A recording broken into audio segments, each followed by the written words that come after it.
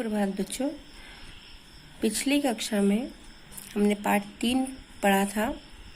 आज हम उसी के मौखिक और लिखित प्रश्नों को लिखेंगे। सबसे पहले मौखिक प्रश्न। क प्राचीन समय में यात्रा करते समय कठिनाइयाँ क्यों आती थी? हम प्रश्नों को एक बार फिर से पढ़ते हैं। प्राचीन समय में यात्रा करते समय कठिनाइयाँ क्यों आती थी? हमने पाठ को पढ़ा था। उत्तर: प्राचीन समय में आजकल की तरह यातायात के साधन रेल, मोटर, हवाई जहाज़ और अच्छी सड़कें नहीं थी, इसलिए यात्रा करते समय कठिनाइयाँ आती थी।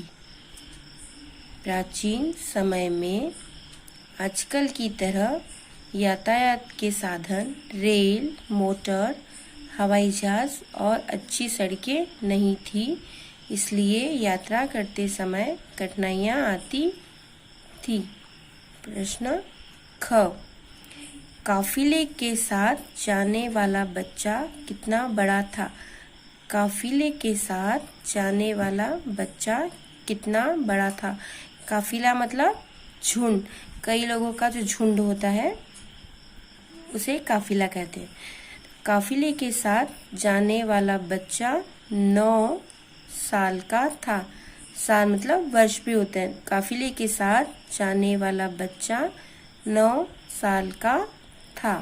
प्रश्न ग लड़के ने सोने के सिक्के कहाँ छुपाए थे?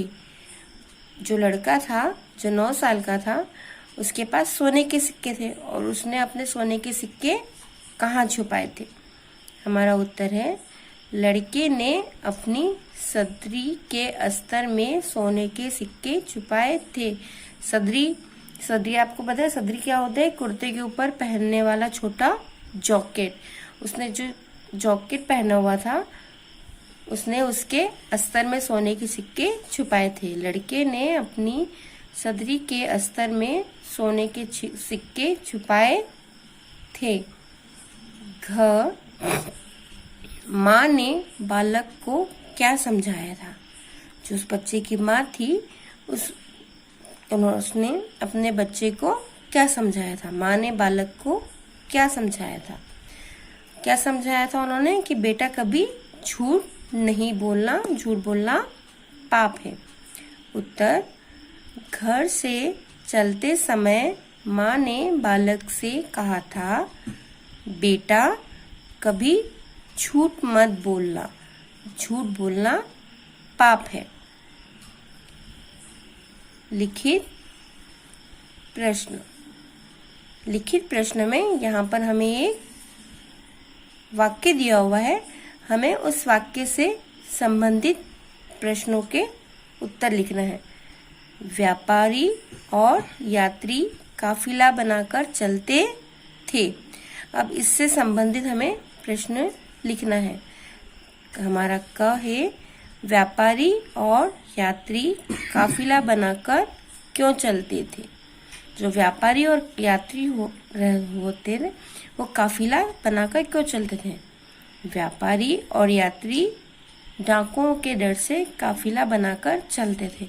हमने पाठ में पढ़ा था कि पुराने समय में यातायात के साधन नहीं होते थे, लोग झुंड बनाकर चलते थे। क्यों चलते थे? डाकुओं के डर से, क्योंकि डाकू लूटपाट करते थे, इसलिए व्यापारी और यात्री डाकुओं के डर से काफिला बनाकर चलते थे। ख काफिला किसे कहते हैं? काफिला किसे कहते हैं? उत्तर: काफिला कई लोगों का झुंड या समूह, मतलब जब कई लोग एक साथ इकट्ठे होते हैं तो उसे काफिला कहते हैं। जो एक स्थान से दूसरे स्थान तक एक साथ आना और जाना करते हैं। काफिला कई लोगों का झुंड या समूह होता है जो एक स्थान से दूसरे स्थान तक एक साथ आते जाते हैं। प्रश्न ग, काफिला कहाँ जा रहा था? जो झुंड था वो कहाँ जा रहा था? काफिला एक नगर से दूसरे नगर जा रहा था। जो काफिला था वो एक नगर से दूसरे नगर जा रहा था। हमारा दूसरा वाक्य है, उसी समय यह तय कर लिया कि अब हम कभी लूटपाट नहीं करेंगे। उसी समय यह तय कर लिया कि अब हम कभी लूटपाट नहीं करेंगे। अब हमें इससे संबंधित प्रश्नों के उत्तर देना है।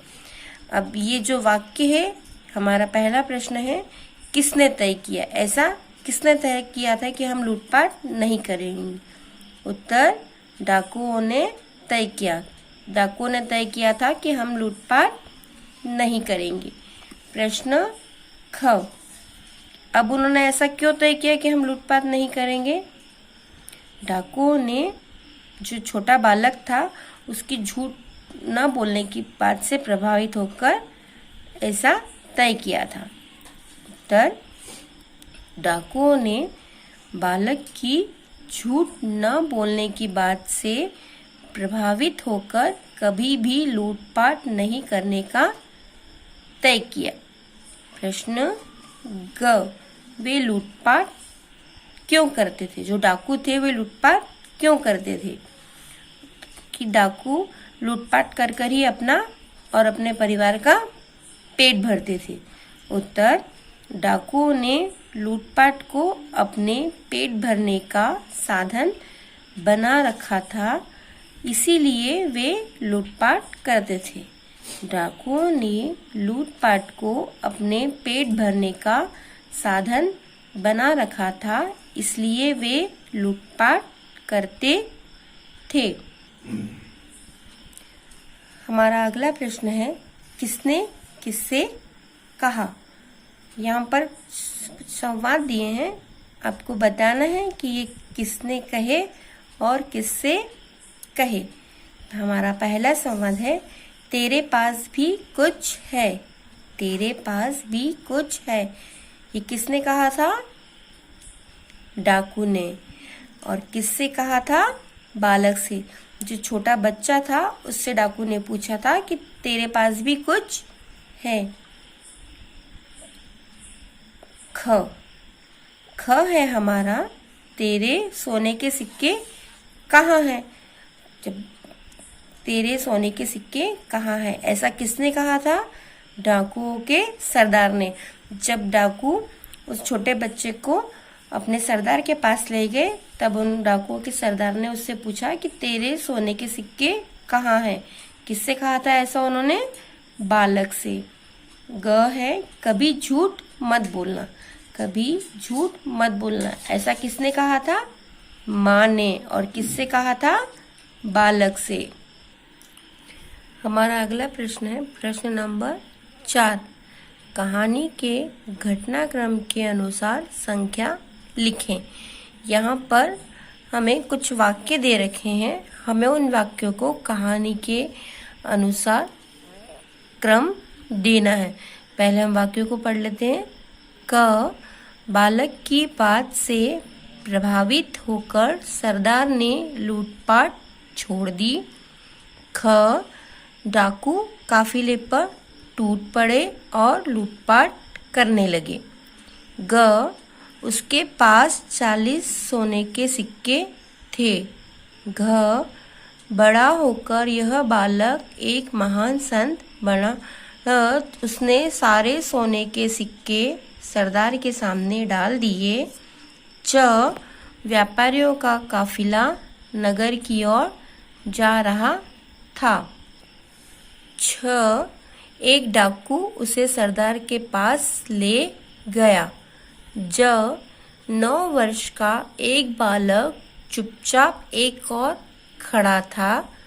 झ, उसने सच सच बता दिया क्योंकि उसकी माँ ने कहा था कि कभी झूठ मत बोलना। यहाँ पर ये वाक्य दिए हैं, हमें इन वाक्यों को सही क्रम में नंबर देना है। सबसे पहला है यहाँ पर, व्यापारियों का काफिला नगर की ओर जा रहा था। यहाँ हम लिखेंगे नंबर 1। पहले व्यापारियों का काफिला नगर की ओर जा रहा था। फिर क्या हुआ था उस काफिले पर डाकू टूट पड़े थे। डाकू काफिले पर टूट पड़े और लूटपाट करने लगे। को हम नंबर 2 देंगे। उसके बाद है हमारा जब डाकू काफिले पर टूट पड़े और लूटपाट करने लगे थे, उसके बाद एक 9 वर्ष का एक बालक चुपचाप एक और खड़ा था। इसे हम देंगे नंबर 3। और उस बालक के पास क्या थे? सोने के सिक्के। उसके पास 40 सोने के सिक्के थे। उसे हम देंगे नंबर 4। नंबर 5, उसने सच सच बता दिया क्योंकि उसकी माँ ने कहा था कि कभी झूठ मत बोलना। आपका जिसे हम नंबर 5 देंगे। ये नंबर 5। उसके बाद जब उसने ऐसा कहा तब एक डाकू उसे सरदार के पास ले गया। नंबर 6, उसने सारे सोने के सिक्के सरदार के सामने डाल दिए। नंबर 7, उसके बाद बालक की बात से प्रभावित होकर सरदार ने लूटपाट छोड़ दी। नंबर 8, और बड़ा होकर यह बालक एक महान संत बना। नंबर 9। पहले में नंबर 8, दूसरे में नंबर 2, तीसरे में नंबर 4, चौथे में नंबर 9, पांचवें नंबर 7, छठे में नंबर 1, सातवें नंबर पर नंबर 6, 8 पे नंबर 3 और 5 पे नंबर 5। आपका अगला प्रश्न है नंबर 5, बालक के बारे में 4 वाक्य लिखें। यहाँ पर ये वाक्य आप खुद अपनी पुस्तक में लिखेंगे। उसके नीचे हैं आपके बहुविकल्पी प्रश्न।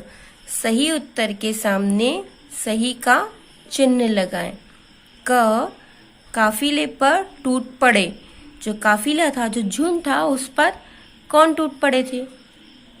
1 सैनिक, 2 डाकू, 3 आदिवासी और 4 विदेशी। कौन टूट पड़ा था काफिले पर? डाकू। हम डाकू पर सही का चिन्ह लगाएंगे। अब है हमारा, बालक के पास सोने के कितने सिक्के थे? कितने सिक्के थे बालक के पास? 20, 30, 40 या 50? कितने सिक्के थे बालक के पास? 40। हम नंबर 3 40 पर सही का चिन्ह लगाएंगे। डाकुओं का सरदार बच्चे से प्रभावित हो गया क्योंकि जो डाकुओं का सरदार था वह बच्चे से प्रभावित हो गया। क्यों हो गया? कि बच्चा सच बोल रहा था, कि बच्चा भोला भाला था, या बच्चा बहुत सुंदर था, या बच्चा बहुत होशियार था। उसकी किस बात से प्रभावित हुआ था वो? क्योंकि वह सच बोल रहा था। आपकी पुस्तक का पृष्ठ संख्या 21। यहाँ पर है सही उत्तर के सामने सही का चिन्ह लगाएं। माँ का समानार्थी है। समानार्थी हमने पढ़े। समानार्थी मतलब माँ को और क्या कहते हैं? माता का दूसरा नाम, पिता, भाई या माता। माँ का समानार्थी माता। हम माता पर सही का चिन्ह लगाएंगे। अब है हमारा शुद्ध वर्तनी है। शुद्ध वर्तनी मतलब इसे कैसे लिखते हैं? परभाव, प्रभाव, प्रभाव या प्राभाव। इसमें से सही शब्द कौन सा है? नंबर 1, नंबर 2 या नंबर 3? इसमें किसका उच्चारण सही है और लिखने में वो सही है? नंबर 2 प्रभाव। है हमारा थ, द, ध, न किस वर्ग में आते हैं?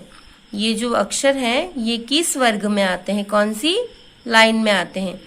त वर्ग, प वर्ग या च वर्ग? ये सारे अक्षर कौन सी लाइन में आते हैं? त वर्ग। ये त से हमारी वर्ग स्टार्ट होती है और ये सब त वर्ग में आते हैं। आपको ये सभी कार्य आपकी पुस्तक में भी करना है और कॉपी में आपको जो कार्य करना है वो आपको PDF के रूप में भेजा जाएगा। Thank you.